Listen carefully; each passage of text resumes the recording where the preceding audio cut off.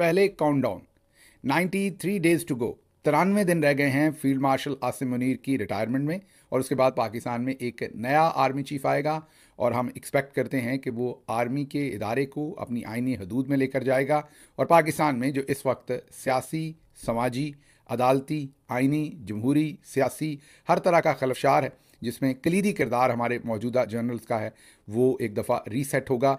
फ़ौज वापस बैरक्स में और अपने रोल्स में जाएगी और ये जो आइन शिकनी हो रही है ये रुकेगी। अब चलते हैं आज की अहम खबरों की तरफ और पहली खबर आपके सामने रखते हैं। तस्वीरें बोलती हैं। पहली तस्वीर आपको दिखाते हैं, वीडियो भी दिखाएंगे लेकिन पहले एक तस्वीर दिखाते हैं। 40 साल से आप यही तस्वीर देखते आ रहे हैं। तस्वीर तो खैर पिछले 78 साल से यही है, लेकिन उससे पहले ज़रा तस्वीर और उसकी स्ट्रेटजी डिफरेंट होती थी। 40 साल से एक ही तस्वीर है, एक ही जगह है, एक ही ख़ानदान है जो बैठे हुए हैं और आगे बैठे हुए हमारे जनरल्स या मेजर जनरल्स या ब्रिगेडियर्स हैं। ये ज़रा तस्वीर देखिए, हेलीकॉप्टर में एक तरफ शहबाज शरीफ हैं जो पहले इस तरफ वाली सीट पे होते थे। जब वो वज़ीर आला होते थे तो जहाँ मरीम नवाज़ बैठी हैं वहाँ पर शहबाज शरीफ बैठे होते थे। एक ही ख़ानदान है। अब अगली पीढ़ी को ये जगह मिल गई है, शहबाज शरीफ उस तरफ चले गए। ये अलग बात है कि वो ज़रा कुटे वट्टे से बैठे हैं, मतलब कि थोड़े से नाराज़ हैं, लेकिन वो सामने बैठे हुए वर्दी में मलबूस ब्रिगेडियर या मेजर जनरल साहब से नहीं या लेफ्टिनेंट जनरल साहब से नहीं, मुझे एग्जैक्टली नहीं पता इनके सितारे कितने हैं। खैर आजकल तो सितारे मर्जी के ही लग रहे हैं, लेकिन चले बहरहाल मुझे ये नहीं पता एग्जैक्टली कि ये किस ओहदे से हैं, लेकिन इनसे वो नाराज़ नहीं, वो साथ बैठी हुई भतीजी से नाराज़ है। अब पाकिस्तान के अंदर इस वक्त किस तरह के फ्लड्स हैं, लेकिन ये पिछले 40 साल में जब जब भी फ्लड्स आए इसी तरीके की एक तस्वीर निकलती है। एक फ़ौजी अफसर और सामने हुक्मरान टोला, जो दो ख़ानदान हैं, भले उधर जरदारी भुट्टो ख़ानदान हो और इधर शरीफ ख़ानदान हो, इन्हीं की आपको इसी तरीके से बैठे हुए तस्वीरें नज़र आएंगी। और वही पुराना ज़माना, ये वही 1970 धर्मेंद्र, जितेंद्र और गांव वालों, जागीरदार और लेबर कॉलोनीज़ की वो जो फिल्में बनती थी उसी में अभी तक जकड़े हुए हैं। वही नक्शा निकलता है पेपर वाला और वो सामने बिछा दिया जाता है और फिर बताया जाता है कि पानी यहाँ भी है, यहाँ भी है, यहाँ भी है।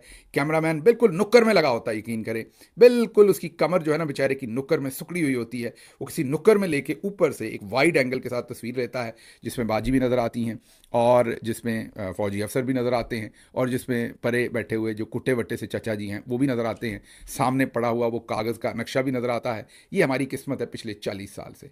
अब आप सोचेंगे कि क्या हमारी किस्मत अगले 40 साल बदलेगी?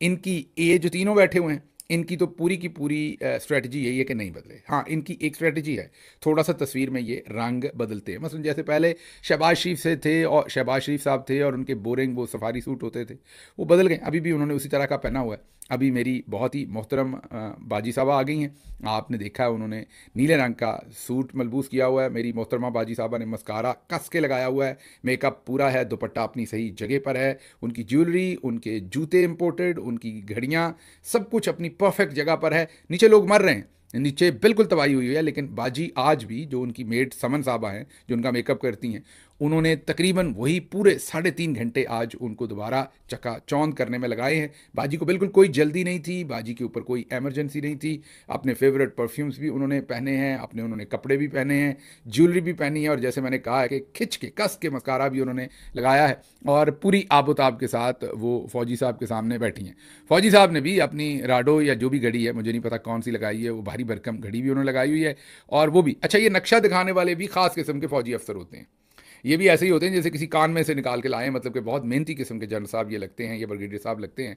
अमूमी तौर पर इनको टेलीविज़न पर नहीं छोड़ा जाता, ऐसे दोस्तों की तस्वीरें नहीं लाई जाती। फ्लड के दिनों में ख़ास तौर पर ऐसे फ़ौजी अफसरान आपको नज़र आएंगे। तो ये 40 साल से पाकिस्तान की ये किस्मत है। ये ख़ानदान है, दो सामने बैठे हुए हैं, सामने फ़ौजी अफसर बैठे हैं, कोई इनकी प्लानिंग नहीं है, कुछ इनका लेना देना नहीं है कि पानी के साथ इन्होंने आने वाले सालों में क्या करना है, डैम बनाने हैं नहीं बनाने। वो जो एक शख्स कहता था दरख्त लगाओ, डैम बनाओ, पाकिस्तान को माहौलियाती तब्दीली से बचाओ, उसको इन दोनों पार्टियों ने, ये जो सामने बैठे हुए हैं दोनों और उनके सामने जो फौजी अफसर हैं, इन दोनों ने मिलकर उसको जेल में डाला हुआ है और ये नहीं चाहते कि वो बाहर निकले। और सिर्फ ये एक तब्दीली लाएंगे कि ये जहाँ पर नीले सूट में मलबूस, मेरी अब तो डर लगता है, मैं तो बाजी कह के बच जाता हूँ, लेकिन अब वो जो अज़मा बुखारी हैं, ऐसी तो बेहुदा बकवास कोई बहुत ही गंदे इलाके में बैठी ख़वातीन भी माजरत के साथ नहीं करती जैसी वो शुरू हो गई हैं। उन्होंने कहा कि जो बाजी के कपड़ों जूतों पर बात करते हैं उनकी माएँ तो कपड़े ही नहीं पहनती। ये पता नहीं कौन सा घर था जहाँ पे अज़मा बुखारी साहबा बड़ी हुई हैं, जहाँ पर माएँ कपड़े ही नहीं पहनती। हमने तो सभी की माँओं को, मेन वो भले नून लीग की माएँ हों, वो पीपल्स पार्टी वालों की हों, वो पीटीआई की हों, हमने तो सोचा माएँ सांझी होती हैं और माँओं को हमने कपड़ों में ही देखा है। और बहुत ही मोतबर देखा है सभी की माँओं को, नून लीग वालों की माँओं को भी बहुत मोतबर देखा है। हमसे तो वापस बदतमीज़ी नहीं होती। कोई बहुत ही पिछले दिनों वो जो नदीम कम्बो के कौन था जिसने छोटे बच्चों को गिरफ्तार किया था, एसएचओ ने 4 साल 5 साल की बच्ची को, मैंने तो उनकी भी माँ जी को अपनी माँ जी कहा था। मुझे तो वो माँ जी भी अपनी माँ जी की तरह ही लगी थी। ये अस्मा बुखारी तो कोई बड़ी लोफर है माजरत के साथ, मैं उन्हें भी बाजी कहता हूँ, लेकिन रज के लोफर हैं, रज के लुच्ची हैं, माजरत इन लफ्ज़ों पर रज के लुच्ची हैं। हमने सुना था चोर चक्का चौधरी ते घुंडी रन प्रधान, ये हमने मुहावरे सुने थे, अब समझ आई है इन्होंने वाकई मैं माजरत दोबारा हाथ जोड़ के, आप मेरी बहनों की तरह हैं, लेकिन वाकई इन्होंने तो गुंडा राज नाफिज कर दिया है। ऐसी औरतें छोड़ दी हैं मार्केट के अंदर जो दूसरों की माँओं को बेलवास किए हुए हैं। मतलब उन्होंने प्रेस कॉन्फ्रेंस की और उन्होंने कहा कि मरियम नवाज़ के लिबास पर, क्योंकि लोग उनके ये बहुत ही जो महंगे लिबास हैं उनके ऊपर बात करते हैं, उनके कपड़े जूतों पर, खुदा न खास्ता कोई औरत के तौर पर उनकी तहकीर नहीं करते, ना कर सकते हैं।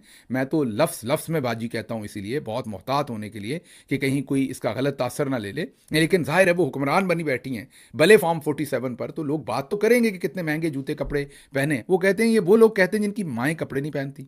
अब हमारी माएँ पैदा तो नंगी हुई थी, अज़मा बुखारी साहबा की माँ भी नंगी पैदा हुई थी, मेरी भी, मीन सभी लोग नंगे ही पैदा होते हैं, लेकिन हमें ये नहीं पता था कि इनको लगता है हमारी माएँ बाद में कपड़े ही नहीं पहनती सबकी।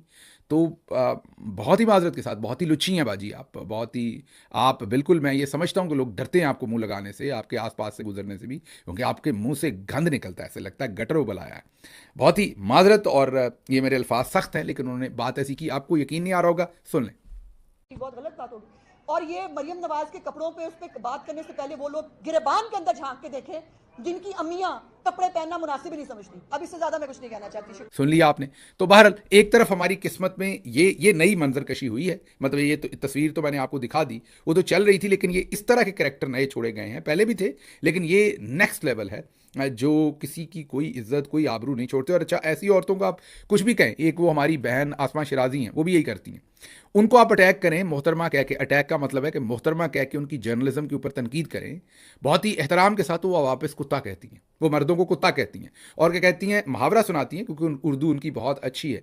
तो वो ये ट्विटर पर आपको उनका ट्वीट दिखा रहे हैं, क्योंकि उन्होंने एक स्टेटमेंट दी थी कि एस्टेब्लिशमेंट को अब इमरान खान का कुछ करना पड़ना है। बीबीसी के ऊपर उनका कॉलम आया, उस कॉलम में से उनके बहुत ही दोस्त, करीबी दोस्त, मेरा ख्याल रज़ा रूमी साहब वगैरह का ये नया दौर है, उन्होंने एक थंबनेल निकाला, वो थंबनेल छपा, और जो आसमा शिराजी साहबा हैं उनको जाहिर है पता लगा कि ये तो मैंने बहुत बड़ी बोंगी मार दी है। बिल्कुल वैसी बोंगी थी जैसी सुहेल बड़ाइच ने कहा कि इमरान खान माफ़ी मांग लेंगे, वरना जो शैतान और फरिश्तों वाली बात जो फील्ड मार्शल की उन्होंने लिख दी, जिसके बाद फील्ड मार्शल के भी हाथ पांव फूल गए, वैसी ही बात आसमा शिराजी ने भी लिख दी थी अपने इस थंबनेल में कि अब स्टैब्लिशमेंट को इमरान खान का कुछ करना पड़ेगा, वरना इमरान खान स्टैब्लिशमेंट को खा जाएगा। एक किस्म की कत्ल की दावत दे रही थी आसमा शिराजी। अब आसमा शिराजी साहबा से ये सहाफ़ती एक घटिया जुमला निकल गया, लिख दिया उन्होंने, अपने अंदर का जो उनका सहाफ़ती बायसनेस थी वो लिख दी। बाद में उनके हाथ पांव फूल गए जब लोगों ने बहुत तनकीद की, तो क्योंकि रज़ा रूमी साहब से उनकी बड़ी दोस्ती है, तो उन्होंने उस चैनल से वो चीज़ डिलीट करवा दी। हमें लोग कहते हैं रिपोर्टेडली बीबीसी के उस कॉलम में जिसमें उन्होंने ये जुमला लिखा था उसको भी एडिट करवा दिया, और उसके बाद शोर मचा दिया कि ये झूठ है, मैंने ये कभी नहीं कहा। बिल्कुल वैसे ही जैसे उन्होंने बुशरा बीबी के खिलाफ एक कॉलम लिखा, उस कॉलम के ऊपर दाद वसूल की मरियम नवाज से सामने बैठ के, और बाद में कहा ये मैंने बुशरा बीबी के लिए तो नहीं लिखा था, मैंने तो नाम नहीं लिखा, मैंने तो वैसे ही लिखा। तो मैंने मोहतरमा कह के उन पर तनकीद कर दी। मैंने कहा मोहतरमा भी चाहती हैं कि उनको आज़ाद सहाफ़ी माना जाए, तो उन्होंने वापस से कुत्ते की दुम वाला मुहावरा वापस शेयर किया, दूसरे लफ्ज़ों में कुत्ता का। अब मेरी बहन है, हालांकि मैं पंजाबी हूँ, आप भी वैसे पंजाबी हैं, डस्का की हैं आप, बनी हुई आप ऐसे ही हैं जैसे अलीगढ़ की हैं, लेकिन हैं भी आप भी डस्का की हमारी बहन। तो मेरी बहन, पंजाबी के मुहावरे ज़्यादा ख़तरनाक होते हैं। हमारी पंजाबी में एक मुहावरा है, कुत्ती चोरा नाल रली हुई है, लेकिन आप क्योंकि मेरी बहन है, मोहतरम है, आपके लिए मैं ये जुमला नहीं इस्तेमाल कर सकता, मतलब मुहावरा।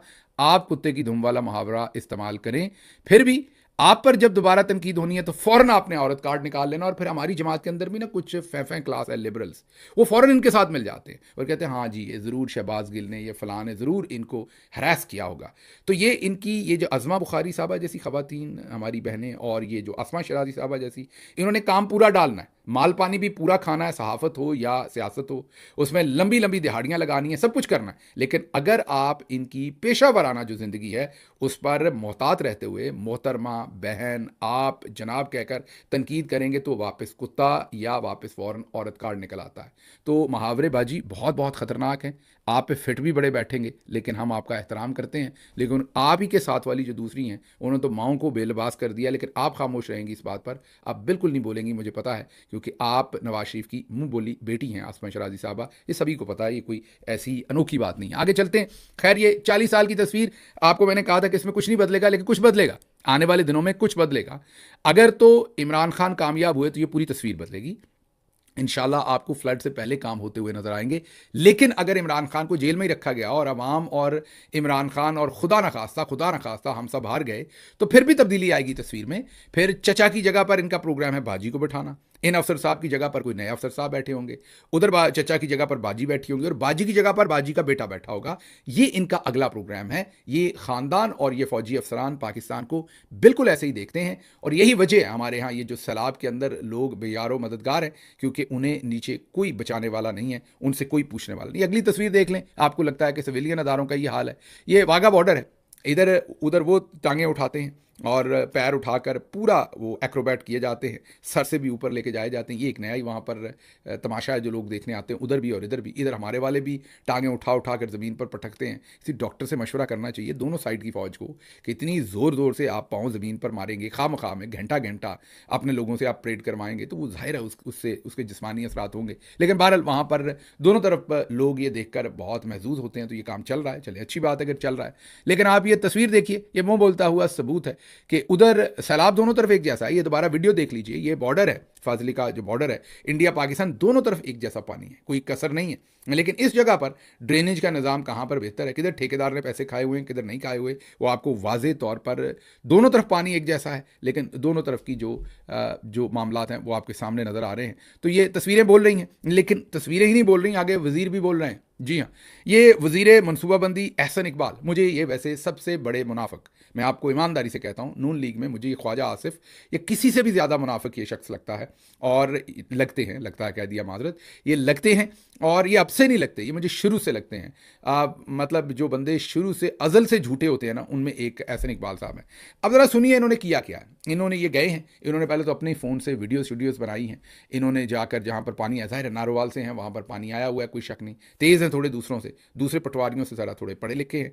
वैसे पढ़े लिखे भी पूरे ही हैं, इनका दाखिला नहीं हो रहा था। इनके जमाती ने मुझे बताया कि वो भी फ्रॉड के साथ या धोखाधड़ी तो नहीं कह सकते, फ्रॉड तो चले नहीं कहना चाहता, लेकिन शॉर्टकट के साथ इन्होंने अपना दाखिला करवाया था। एक कॉलेज में नहीं हो रहा था तो फिर दूसरे में से करा के माइग्रेशन करवा के वहाँ पहुँचे थे। वही बाजी वाला काम, जैसे बाजी का किंग एडवर्ड में दाखिला नहीं हो रहा था तो बरास्ता वो आर्मी मेडिकल कॉलेज जो रावलपिंडी है वहाँ से करवा के वो माशाल्लाह पहुँची थी। तो इन वे बाजी भी आर्मी का ही प्रोजेक्ट है, आर्मी मेडिकल कॉलेज का बना ले, लेकिन है शुरू दिन से बाजी की जितनी भी नालायकी है वो शुरू दिन से आर्मी का ही प्रोजेक्ट है। पहले वो आर्मी मेडिकल कॉलेज का प्रोजेक्ट था जो उन्होंने किंग एडवर्ड के गले माथे थामने की कोशिश की। किंग एडवर्ड वाले समझदार थे, वो अपनी तारीख ख़राब नहीं करना चाहते थे, उन्होंने बाजी से जान छुड़वा ली। अब वो खैर डायरेक्ट ही चीफ मिनिस्टर बना के ले आए।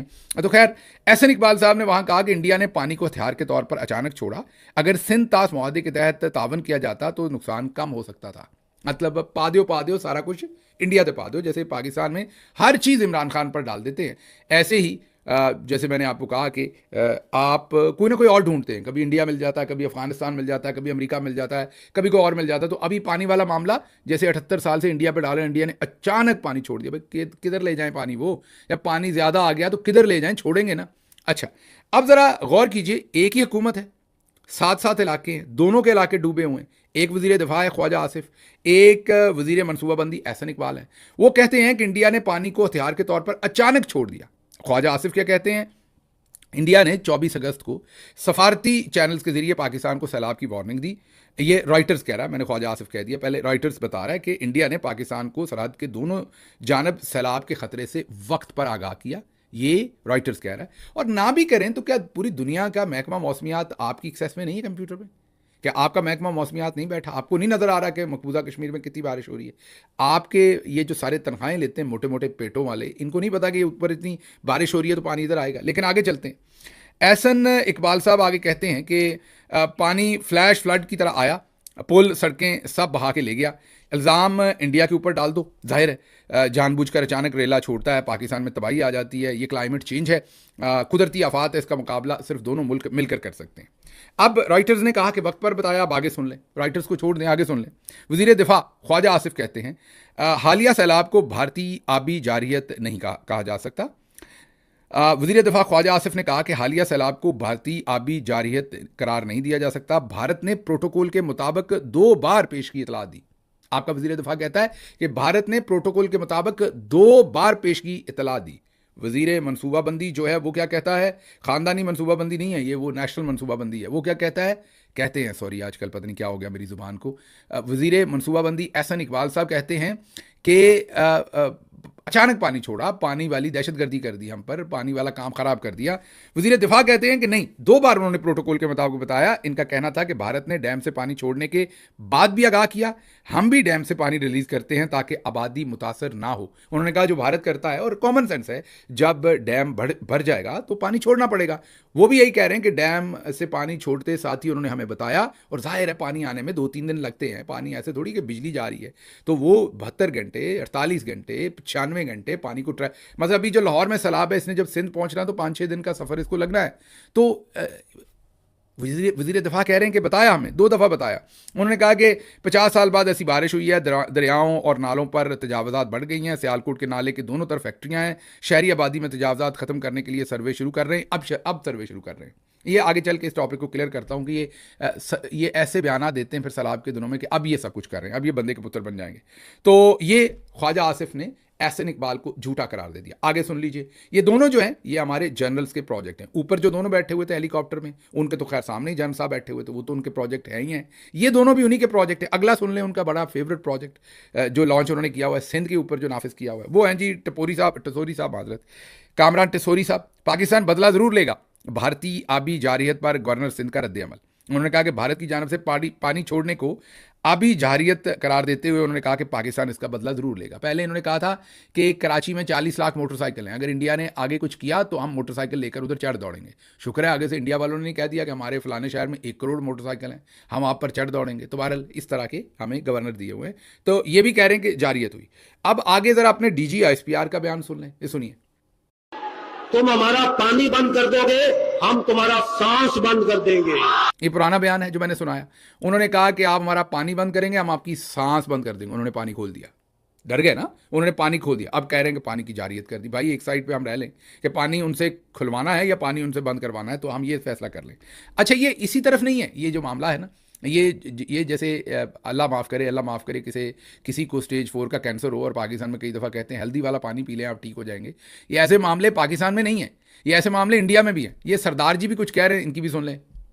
ਇਹ ਮੈਨ ਮੇਡ ਫਲੱਡ ਆ, ਜੇ ਉੱਪਰੋਂ ਪਾਣੀ ਜਿੰਨਾ ਆਉਂਦਾ ਉਹਨਾਂ ਪਾਣੀ ਅੱਗੇ ਨੂੰ ਰਿਲੀਜ਼ ਕਰੀਏ, ਚਾਹੇ ਉਹ ਨਹਿਰਾਂ ਜਾਵੇ ਚਾਹੇ ਉਹ ਅੱਗੇ ਪਾਕਿਸਤਾਨ ਜਾਵੇ। ਹੁਣ ਇਹ ਬਹਾਨਾ ਕੀ ਲਾਉਂਦੇ ਆ, ਗੱਲ ਕਰਦੇ ਜੀ ਇੱਥੋਂ ਪਾਣੀ ਛੱਡਦੇ ਫਿਰੋਜ਼ਪੁਰ ਡੁੱਬ ਜਾਂਦਾ, ਤਾਂ ਜਦੋਂ 2-2 ਲੱਖ ਪਾਣੀ ਉੱਪਰੋਂ ਆਉਣਾ ਉਦੋਂ ਫਿਰੋਜ਼ਪੁਰ ਨਹੀਂ ਡੁੱਬਣਾ। ਓਏ ਹੌਲੀ ਹੌਲੀ ਕੱਢਦੇ ਰਿਹਾ ਕਰੋ, ਇਹ ਪ੍ਰਬੰਧਾਂ ਦੀ ਕਮੀ ਆ, ਇਹ ਸੋਚ ਦੀ ਕਮੀ ਆ। ਅਸੀਂ ਤਾਂ ਜਗਾਉਣ ਲਈ ਆਏ ਯਾਰ। सुन लिया, ये अब अपनी हुकूमत पर इल्ज़ाम लगा रहे हैं कि इंडिया के अंदर जो सैलाब आया हुआ है वो जानबूझ के इंडियन पंजाब को इंडिया की गवर्नमेंट ने डबो दिया है, क्योंकि अचानक पानी खोल दिया है और फरोज पर इसलिए डूब गया। मतलब इधर चलें, हमारी तो समझ आती है, हम उन पर इल्ज़ाम लगाते हैं, एक मुखालिफ मुल्क हैं, समझ आती है। वो अपने मुल्क में कह रहे हैं कि हमारी हुकूमत ने हमें डबो दिया क्योंकि पानी अचानक छोड़ा है। तो मतलब ये हल्दी वाला पानी पीने वाली बात जो है, ये दोनों तरफ है। कहने की बात यह है कि ये जहाँ जिसका मंजन बिकता है ना सियासी तौर पर, वो यही मंजन बेच रहा है और इनको भी यही सूट करता है। और बल्कि कल तो पता चला कि ISPR टेलीविजन को कह के ये खबर चलवाता रहा है पाकिस्तान टेलीविजन पर कि इंडिया ने भारतीय आबी जारियत कर दी, ये चलाई। अच्छा जी, ये हो गया। आगे सुनिए, वज़ीर आज़म ने 4 वज़राए आला की हमारे से नए डैम बनाने की हिकमत अमली बना दी। ये डंटोनक बयान दे रहा है। मतलब ये लोग वाकई बंदर हैं। अब डैम 10-15 साल से पहले कोई नहीं बनता। मतलब ये जब सैलाब आया तब इन्होंने डैम बनाने के अहकाम दे रहे हो। यार डैम बनाना है कि केक बेक करना है भाई, कुछ शर्म ही कर लो। अगर नहीं करते ये काम तो ऐसे मौकों पर ऐसे बयान क्यों देते हो? कुछ शर्म नहीं आती, हया नहीं आती? मतलब इस टाइम कौन से डैम की प्लानिंग करोगे, ये जो सैलाब आया हुआ है? और डैम तो अगले 10-15 साल में बनेगा कोई भी, तो ये सैलाब के टाइम पे आपको याद आएगा। जैसे वो ख्वाजा साहब कह रहे थे ऊपर, ख्वाजा आसिफ साहब, कि हमने जनाब अब सर्वे शुरू कर दिया नाजायज़ तजावज़ात के ऊपर। आगे सुनिए ज़रा, आगे बाजी मरियम, आपको लग रहा होगा ये 2 नंबरी सिर्फ फेडरल मिनिस्टर ही कर रहे हैं। आगे सुन लें ज़रा। पंजाब हुकूमत की गैर संजीदगी, मरियम नवाज की मुहर्रम हराम के हवाले से की गई मीटिंग की वीडियो को सैलाब के हवाले से 4 घंटे की तवील मीटिंग की फुटेज बनाकर ऑफिशियल अकाउंट से शेयर कर दिया गया। सोशल मीडिया ने पकड़ लिया कि मरियम सरकार लोगों को बेवकूफ़ बना रही है। तो मरियम साहबा ने एक मुहर्रम के ऊपर सिक्योरिटी के ऊपर कोई मीटिंग की और उन्हें 4 घंटे की मीटिंग कह के कि वो सैलाब के बारे में हुई वो सोशल मीडिया पर चढ़ा दी। मतलब मीटिंग सैलाब पे नहीं हुई लेकिन चढ़ा दी मीटिंग। तो वो कैवियाट वगैरह खा रहे थे वहाँ पर ऊपर, मछली के जो बहुत ही महंगे अंडे होते हैं वो वहाँ पर ऊपर बैठकर खा रहे थे। और आपको पता ही है कि मीटिंग थी। अच्छा, उस पर भी बड़ी इंटरेस्टिंग बात हुई। हमने मीटिंग की खबर दी, जाहिर है मेरे पास सिर्फ इतनी खबर थी कि मीटिंग हुई है और इन्होंने अकेले की और किसी को नहीं बैठने दिया। हमने जैसे ही खबर दी आधे पौने घंटे के अंदर कुछ दोस्तों ने उस खबर के ऊपर 2-2 सफ़े लिखकर उसके अंदर क्या क्या बात हुई वो डिस्कस कर दी। मतलब हमारे व्लॉग से पहले उन्हें इस खबर का नहीं पता था। जैसे ही उन्होंने व्लॉग सुना उसमें से खबर उनको पता लगी कि डॉक्टर शहबाज गिल ने कहा है कि वहाँ पर आर्मी चीफ की और इनकी मुलाकात हुई। तो उन्होंने 2-2 सफ़े की तफसील लिख दी कि मुलाकात में ये भी डिस्कस हुआ, ये भी डिस्कस हुआ। यार कोई गप लगाने की भी कोई हद छोड़ा करो। अब बैठे हुए थे उस मीटिंग के अंदर, वो खुदा का वास्ता है, मेरे सोर्स ने वो खबर दी, मुझे नहीं पता कि अंदर क्या डिस्कस हुई। आपने 2-2 सफ़े लिख मारे हैं कि उस मुलाकात। तो ये भी पाकिस्तान का एक तरीका है क्योंकि सबको पता है कि इस मीटिंग में, जैसे मुझे भी पता है कि ये अहम खबर है, आप इस मीटिंग में क्या हुआ ये जानना चाहते हैं, लेकिन मैं अपने पास से झूठ कैसे घड़ सकता हूँ जब मुझे पता नहीं। तो जिन दोस्तों के फरिश्तों को भी नहीं पता था कि मीटिंग हुई है, जैसे ही व्लॉग में हमने जिक्र किया उसके बाद उन्होंने 2-2 3-3 सफ़े की तफसील शाया की कि इस मीटिंग में ये भी हुआ, ये भी हुआ, ये भी हुआ, इसका बैकग्राउंड ये है, इसमें ये। और क्योंकि हमारे लोग, मैंने बताया ना कि हल्दी का पानी पीने में बहुत सुकून महसूस करते हैं, तो ये हल्दी का पानी हमारे यहाँ अक्सर जो है वो जो। तो बाजी मरियम ने ये बेवकूफ़ बनाया। आगे सुन लें। बाजी मरियम पहुंची लाहौर में एक पुल के ऊपर बहुत सारी गाड़ियों के साथ, पूरा खींच के दोबारा मेरी बाजी ने मस्कारा वगैरह लगाया हुआ था। वहाँ से वो पानी को देख के हाथ हिलाती रही, किसी को नहीं, सामने पानी था। वो अब जो वहाँ पर खड़े लोग जो साफ़ी वगैरह वो बता रहे हैं कि सामने पानी था जिधर बाजी हाथ हिला रही थी, लेकिन क्योंकि कैमरे में आ रही थी, मीडिया टीम थी। और इसी तरह से ये ज़रा देखिए, ये पंजाब के मिनिस्टर्स हैं जिनका काम, ये जो PDMA की कश्तियाँ हैं इन्होंने लोगों को बचाना था, लेकिन ये 3-3 कश्तियाँ, ये वैसे वज़ीर साहब को 3 ही देनी चाहिए थी, जितना बड़ा इनका मेरी तरह मुँह है बेचारों का। ये वैसे एक कश्ती में पूरे आने वाले भी नहीं हैं, लेकिन बहरहाल 3 कश्तियों में साथ अपनी टीम लेके वो टिकटॉक बना रहे हैं। पूरा टब्बर ही टिकटॉक पे लगा हुआ है नून लीग वाला, और वो 3 कश्तियाँ जो लोगों के लिए इस्तेमाल हो सकती हैं रिसोर्सेज, वो टिकटॉक बनाने में उधर पानी में घुमा रहे हैं। खैर जी, यहीं पर काम नहीं रुका, आगे आपको पता है ये सब कुछ हो रहा हो तो हमारे जनरल साहबान कैसे पीछे रह जाएंगे। जो चेयरमैन NDMA उन्होंने भी, जनरल इनाम साहब, उन्होंने भी ठोकी है स्टेटमेंट यहाँ पर। उन्होंने कहा कि आर्मी चीफ की हिदायत पर सैलाब से मुतासरा इलाकों में अमदादी कार्रवाइयाँ जारी हैं। भाई आप NDMA के चेयरमैन हैं, आप वज़ीर आज़म को रिपोर्ट करते हैं, ये आप आर्मी चीफ के अहकाम पर क्यों काम कर रहे हैं? मैं कोई ये नहीं कह रहा कि उनके अहकाम पर, लेकिन you are heading a civilian institution. आप जैसा भी है फार्म 47 का ही है, लेकिन आप वज़ीर आज़म के अंडर है। आगे सुन लीजिए। DG ISPR lieutenant general Ahmed Sharif ने बताया कि आर्मी चीफ की हिदायत पर अमदादी कार्रवाइयाँ जारी हैं। पुलों और शाहराहों की बहाली मुकम्मल कर ली गई है। कार्रवाइयों के दौरान पाक फौज के 2 जवान शहीद और 2 जख्मी हुए। हमारी बहुत बहुत उनके ख़ानदानों के साथ ताज़ियत, ज़ाहिर सताइश जो जवान काम कर रहे हैं। लेकिन इन्होंने भी कहा कि आर्मी चीफ, मतलब कि वज़ीर आज़म जो सिविलियन गवर्नमेंट है उनके अहकाम के नीचे नहीं है ISPR साहब भी, वो भी आर्मी चीफ को कर रहे हैं और NDMA वाले भी सिर्फ उन्हीं को कर रहे हैं। अच्छा, एक तरफ ये कर रहे हैं, दूसरी तरफ हमारे जो दानश्वर हैं, मसलन हमारे बहुत ही मोहतरम जावेद चौधरी साहब, उन्होंने कहा कि इंडिया ने चूंकि पानी अचानक छोड़ा था, अब इंडिया ने पानी अचानक छोड़ा। अगली सुने। इसे गाय और भैंसें इंडिया से तैरते हुए आ गई और कई लोगों के पास गाय और भैंसें नहीं थी, अब उनको गाय और भैंसें मिल गई। अब आप जरा सुनिए क्या कह रहे हैं। इंडिया ने क्योंकि पानी अचानक खोला था और अचानक खोलने की वजह से वहां से गाय और भैंसें बढ़ी आई हैं। पाकिस्तान में लोग गाय और भैंसों का इस वक्त बंदोबस्त कर रहे हैं, उनको पकड़ने की कोशिश कर रहे हैं। और कई लोग तो ऐसे हैं कि जिनके पास भैंस और गाय नहीं थी और उन्होंने इसका फायदा उठा के अपने आप को साहिब एक भैंस भी कर लिया और साहिब एक गाय भी कर लिया। सुन लिया। ये जेदा जी भी माशाल्लाह हर जो अहम मकाम होता है उसके ऊपर ये साबित करना चाहते हैं कि, बस मैं क्या कहूँ, बस ये साबित करना चाहते हैं कि मैं जावेद चौधरी हूँ। मतलब अचानक पानी छोड़ा और उनके वो फ़िल्टर लगा दें, कोई वो जो चाय पुनने वाली जो होती है वो लगा दें पानी के आगे, ताकि उसमें से कोई नेट में से गुजरे ना जानवर। जाहिर है पानी एक आफत है, वहाँ पर भी आया है, बारिशें हुई हैं, वहाँ पर भी डैम उनको खोलने पड़े, बल्कि उनका एक तो हेडवर्क्स जो है वो उड़ गया जो रावी के ऊपर है, उसके 4 गेट टूट गए इंडिया में, तो वो जान के कर रहे थे वो। तो पानी आएगा तो जाहिर है उसमें बेचारे जो जानवर हैं वो भी उधर से, तो इसका मतलब है कि उन्होंने जानबूझ के तो नहीं किया अगर उनके अपने जानवर भी बीच में बह गए, लेकिन क्योंकि हमें सूट करता है। अच्छा आगे सुन ले, आखिरी खबर आपको दे दें। हमने आपको इमरान खान साहब की किताबों की कि एक तस्वीर शाया की गई थी, ख़ास किस्म की किताबें बीच में रख के, ये दिखाने के लिए कि इमरान खान बहुत सख्त किस्म के सख्तगीर इस्लामिस्ट हैं।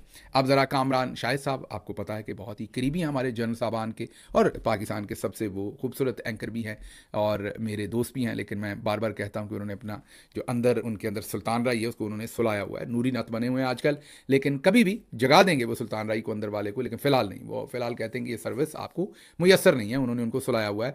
तो कामरान शाहिद साहब ने अब कहा है कि इमरान खान सलाहुद्दीन अयूबी की किताब की ज़िंदगी पर किताब पढ़ रहे हैं, जिसने कश्तियाँ जला दी थी और फतह याब दर फतह याब हुए थे। कोई कामरान शाहिद साहब को बता दे, मेरा ख्याल थोड़ा सा मसाला ज़्यादा हो गया जनरल साहबान की खिदमत में, उनको कोई बता दे कि कश्तियाँ जलाने का वाक़या तारिक बिन ज़ियाद से मंसूब है, वो सलाहुद्दीन अयूबी साहब से नहीं है। लेकिन चलें ठीक है, तुसी काम चुक के रखो। मीन यही आजकल सूट भी यही करता है, कामरान शाहिद साहब को भी काम चुक के रखना चाहिए। दूसरी तरफ अज़मा बुखारी साहबा को भी काम चुक के रखना चाहिए। उनकी अब जो ज़ुबान है उससे कम अज़ कम मैं तो हाथ जोड़ता हूँ, मैं उनका मुकाबला नहीं कर सकता, क्योंकि वो तो सीधे माओं के कपड़े उतार देती हैं, मतलब वहाँ भी नहीं रहती बंदों पे भी, सीधा माओं पर पहुँच जाती हैं। मुझे यहाँ से इजाज़त दीजिए। अल्लाह आपका हामी नासिर हो। पाकिस्तान जिंदाबाद।